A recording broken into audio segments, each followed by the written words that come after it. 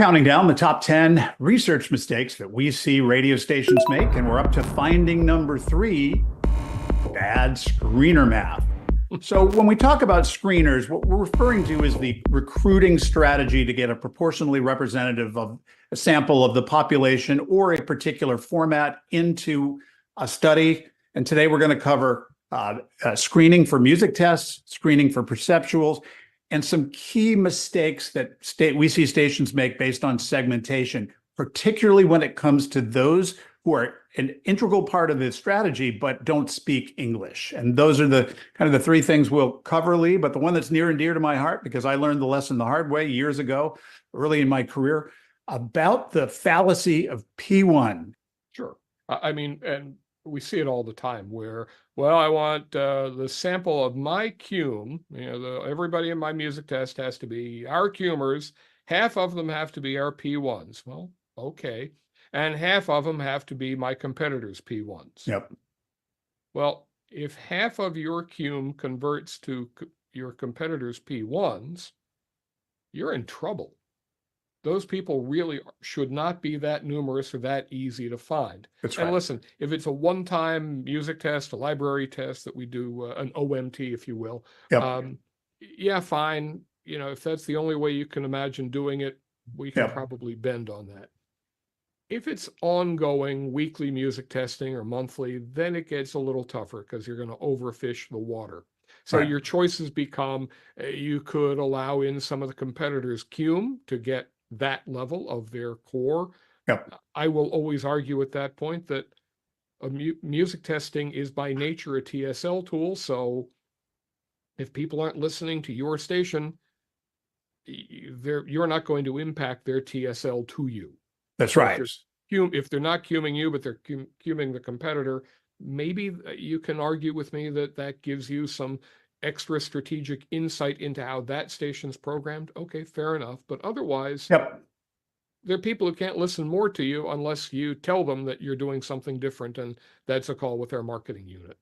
Yep. I fear coming across as a pitch person for Nielsen's adjunct products, but I think there is one important study that's key to look at when you get your ratings back, and assuming that your company subscribes to PD Advantage. One of the reports I like would be the percentage of your cume that converts to P1 with your competitor, and vice versa, your competitor's cume that you convert to P1. And while we don't believe necessarily in quoting by P1, it's a good guideline that keeps you from over recruiting your own partisans, and especially the costs that start to be incurred when if there's no more than about 12% of the audience that gives you any sort of, or gives your competitor any sort of TSL that's part of your cume, and you're trying to get 25 or 50% of them, well, you're just not going to, you're going to either get a bad test or somebody's going to come back and say you're going to pay more.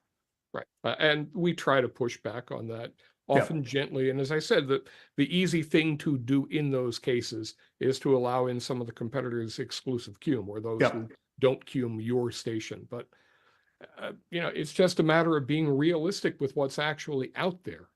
And being guided by the numbers. I mean, none of these are absolutes. We're all playing in probabilities.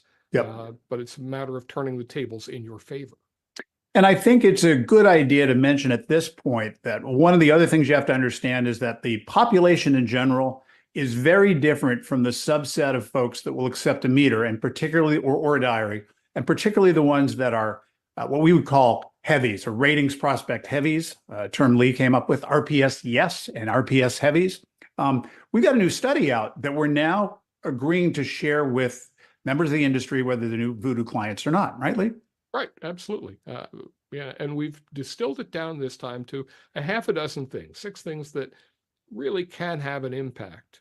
If applied correctly, I think can really have an impact on your spring rating. So why wouldn't you? It's a free call. So hitting us up with an email at tellmemore@newvoodoo.com will get you on the schedule. And you got a private session if it's all the PDs in your cluster, or part of your group or management team. We think this format works better than the webinars we've done in the past because you can ask questions in real time. We can have a discussion more, which I think is better than me just droning on. You've seen enough of my perceptual presentations, Mike, to know that I eventually just drone on. Yep. And if you book an appointment with us, no sales pitches are involved. This is our marketing to the industry. And the reason we open this up to any commercial radio station management team or corporate staff is because we think it's important to give back to the industry that's fed us now for nearly a decade and a half. And listen, we're big fans of radio. The reason I bring this up is because one of the things you'll see is just how tiny the percentage of the population is that will accept a meter or diary and will give an appreciable amount of time spent listening to radio.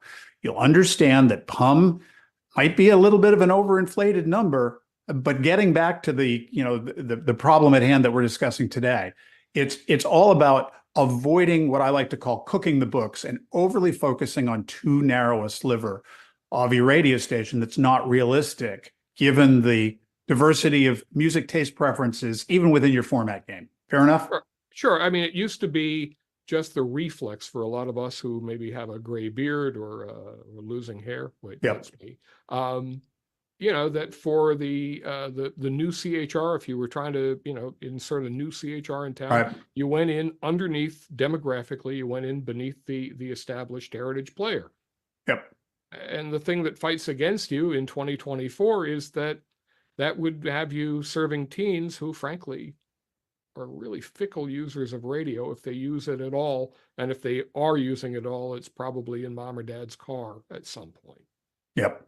All right. So that's music testing. And we see a mistake in terms of proportional representation of the format game that you're playing to convert people who are maybe light listeners to P2 or P3. I use those words hesitantly.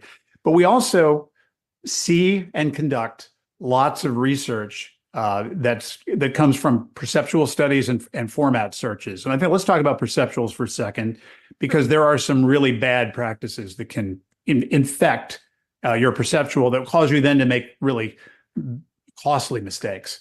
Well, sure. I mean, in a music testing scenario, be that our call out replacement or a library test, it's fair to specify we need, all our cume and this percentage of our core listeners. Fair enough. In a perceptual study, part of the game is knowing, well, how well do we convert to core? So specifying a core level, works against getting optimal information. Right.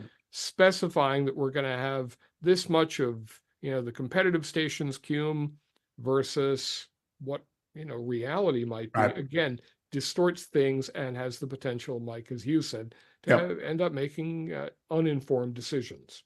Yep. Restaurant analogy is you've got your regulars who come in and day out or week in and week out, and advertising to them can potentially upgrade their time spent dining. Right. But it is the folks who rarely come in who need to be notified about the new food. And so if you're going, or the new special. And so if you're going to do that, then you need to recruit people who are using other restaurants more regularly. And when you talk to just the people who you've already got as regulars, and then you expect to increase the share of dining, well, you're basically talking to the people left that are the customers you're pleasing. And if that number doesn't drive profitability, you're really sunk. So it is important to be wider when it comes to your music, but especially your perceptual testing. Yep, absolutely. It needs to reflect reality as best it can. Now, finally, I know one of the big mistakes we see, and especially as markets grow increasingly diverse, where we have significant percentages of Latino audience, and they can be English speakers primarily, bilingual, or they speak their native tongue. Sure. And when you research for Hispanics and make big decisions, there is a glaring red flag if you don't understand that. Well, the temptation is always, as we're designing a study, and this is especially, any place in the Southwest where there are very large Hispanic components to their audiences. And it's, well, we're 65% Hispanic, so we want the test to be 65% Hispanic. Well, okay, what percentage of that Hispanic population is Spanish primary? Right. Meaning non-English speaking. Yep. Right. And it's often a significant percentage because Half there or are more. inevitably, Yep. Spanish language stations in that market that curry favor with that audience. Yep. And then you ask, well, how much of your station's airtime is in Spanish? And if it's none, or it's next to none because it's a wild line in a commercial or some Mhm. imaging piece or a line in a song or even a song itself at some point. Or you have no intention of presenting content in a second language. Right. Then those people are off the table. So then we need to adjust the Hispanic component of the Hispanic target, I should say, of Yep. the sample to match what's really within your grasp, what's in your wheelhouse. That said, I've conducted dozens of studies in, again, principally Southwest markets where there are stations that are in Spanglish or have enough of a foothold in Spanish that, okay, let's do bilingual interviewing. That's easy for us to do. It's not a problem. It's not, it's not a challenge. It's just knowing who you really need to get answers from. And Lee, we've inherited enough new projects from disgruntled former clients of other providers where they made decisions about what they think was pleasing the Hispanic listener base in their market, but they were only looking at the English speakers because they only fielded the study in that language. Right. And they often are doing, comparatively better among the English primary or significantly bilingual, portion of the Hispanic audience in their market, but they think they're somehow getting shortchanged because they're not getting Spanish speakers to listen to their all English presentation. We should note that when we see a market that has a significant percentage of Spanish primaries, we always branch our studies. Yeah. Right? Yeah. Bilingual studies. Yeah. Easy to do. And any extra charge for that on top of our base pricing? Not in most markets, not at all. Yep. There are some cases where, for a variety of reasons I don't need to go into here, but it can be slightly more expensive to achieve that population. Okay, so we'll come back a little more expensive if that's the goal. But I don't think we've lost. I don't think we've lost a project on price in a while. I guess I can share the big mistake that I took the blame. I don't think it was my fault. And, I was working for a corporation that was just hired a big Spanish division senior vice president, and so the goal was to get into as many formats as possible. And we were going to be smart about it and do research and do perceptual studies to make sure we were hitting the mark. But our research was all in English at the time. And we were looking at the opportunity was far greater if we actually paid attention to the tastes of the Spanish-speaking primaries. And so that was a costly mistake. It resulted in a 3-year waste of time and an expensive flip eventually. So I would argue that that is something that can be in the millions if you do it wrong. Well, and that was, I'm fairly certain we're talking about a day and age when that research was being conducted on the phone. And back then, it was a lot more expensive to conduct Hispanic interviewing when today. Yep. And it's a lot easier to empanel primary Spanish speakers using online methodology, which 100% of what we do now, very difficult and no longer representative to use the phone. Yeah, exactly. Never was really. Great. If we didn't say so, New Voodoo is making those study presentations available, and you can reach us at tellmemore@newvoodoo.com. Lee Jacobs is the executive vice president of research analysis, and I'm Mike O'Connor, the marketing guy. We'd love to help you. Stay tuned for finding number 2 as our countdown of the top 10 research mistakes that stations make rolls on. New Voodoo builds digital products and conducts research and marketing campaigns for clients. It's easy to get in touch. Drop us a line at tellmemore@newvoodoo.com.